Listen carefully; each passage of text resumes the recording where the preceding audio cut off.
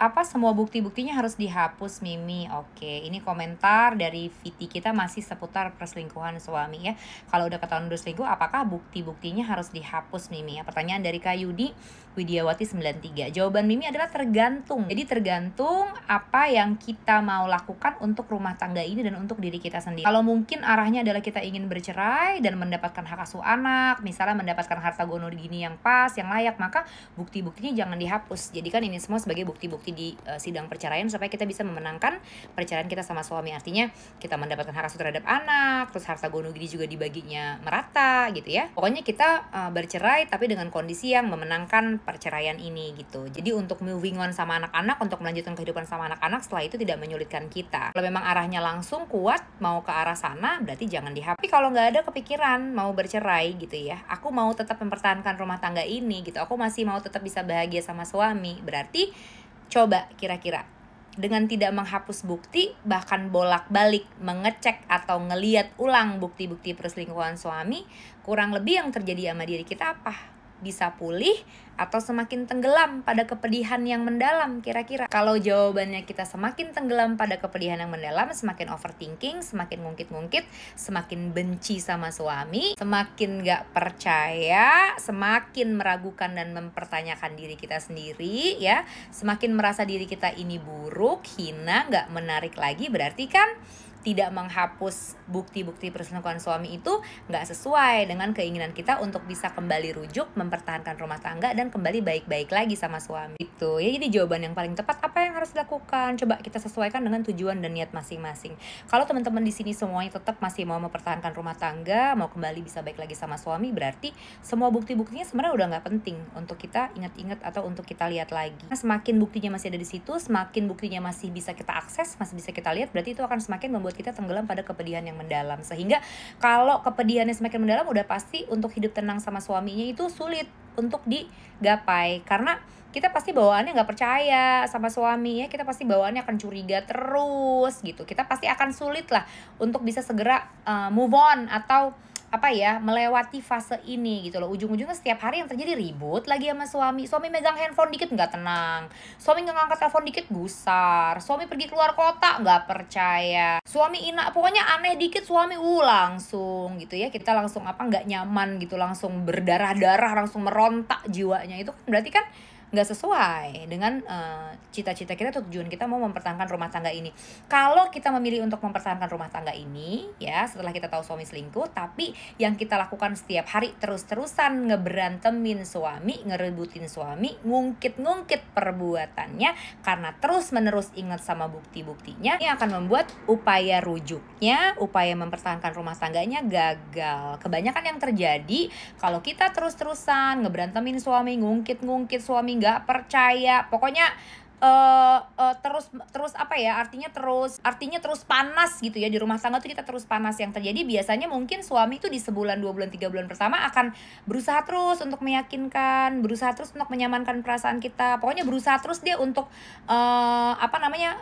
memperbaiki kondisi dan rumah tangga kalian gitu ya. Tapi kalau udah lewat dari 3 bulan, biasanya laki-laki karena pride-nya tinggi, egonya gede banget, kalau kita terus-terusan ngededes dia dengan kondisi yang penuh dengan keributan terus ini, dia lama-lama nanti akan mental. Yang tadinya berusaha untuk memperbaiki keadaan, yang tadinya berusaha untuk menenangkan kita, jadi malah menantang kita balik, jadi malah semakin menyakiti kita, jadi malah makin mengucapkan kata-kata yang membuat kita terluka, jadi malah semakin ngilang-ngilangan, jadi malah semakin mental, bahkan bisa kabur dari rumah, bahkan bisa ina itu, yang ujung-ujungnya bahkan mungkin memperbesar kemungkinan dia akan kembali berhubungan sama itu falak. Makanya jawaban untuk pertanyaan ini sebetulnya silakan jawab masing-masing, karena jawabannya harusnya sesuai dengan apa yang teman-teman mau. Menurut Mimi, kalau yang teman-teman lakukan atau yang teman-teman mau adalah mempertahankan rumah tangga, tetap terus melanjutkan rumah tangga ini sama suami, bahkan berusaha untuk istilahnya yuk kita mulai lagi dari nol, yuk kita coba untuk memperbaiki. Mungkin kamu memang salah, tapi mungkin aku juga ada kurangnya, mari kita sama-sama memperbaiki situasi dan kondisi ini. Maka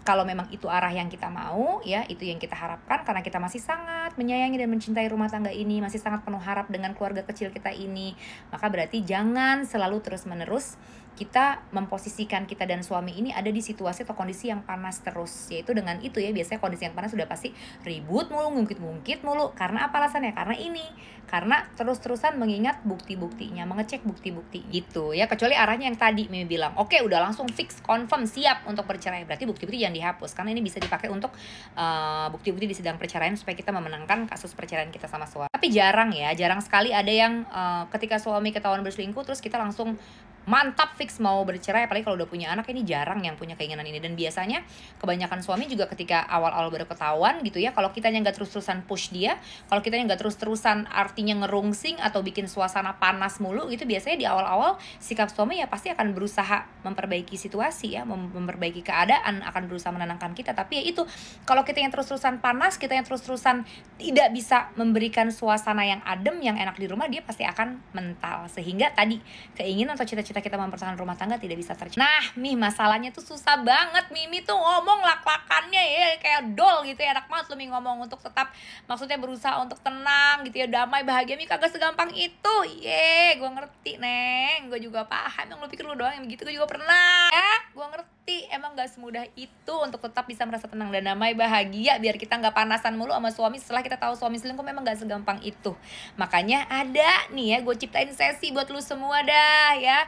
Ikutan sesi sharing one on one sama Mimi, karena nanti di sana akan dibahas secara detail gimana sih aku bisa bertahan setelah suami ketahuan selingkuh, gimana sih aku bisa menjalankan rumah tangga ini lagi tanpa rontaan, rintihan, tanpa berdarah-darah, tanpa emosi yang meledak-ledak. Gimana sih aku bisa berusaha berjuang kembali menata rumah tangga ini dengan kondisi jiwa yang tenang, pulih, dan penuh kebahagiaan. Di sesi one on one sama Mimi biasanya itu yang secara detail nanti akan kita bahas. Jadi teman-teman akan tahu gimana caranya. Insya Allah ya, mudah-mudahan. Pastinya hasil akhirnya akan berhasil atau enggak itu tergantung sama fokus teman-teman lagi. Kalau teman-teman emang beneran fokus, mau pulih bahagia, mau tenang, mau self love-nya nyala, aktif semua, insya Allah hasilnya juga bisa kita dapat. Insya Allah pastinya jiwa dan perasaan yang penuh ketenangan dan kebahagiaan kembali bisa kita dapatkan, kembali bisa kita rasakan ya. Jadi untuk teman-teman yang mungkin mau ikutan kayak sahabat-sahabat kita yang lain, sesi sharing one on one langsung sama Mimi, bisa langsung hubungin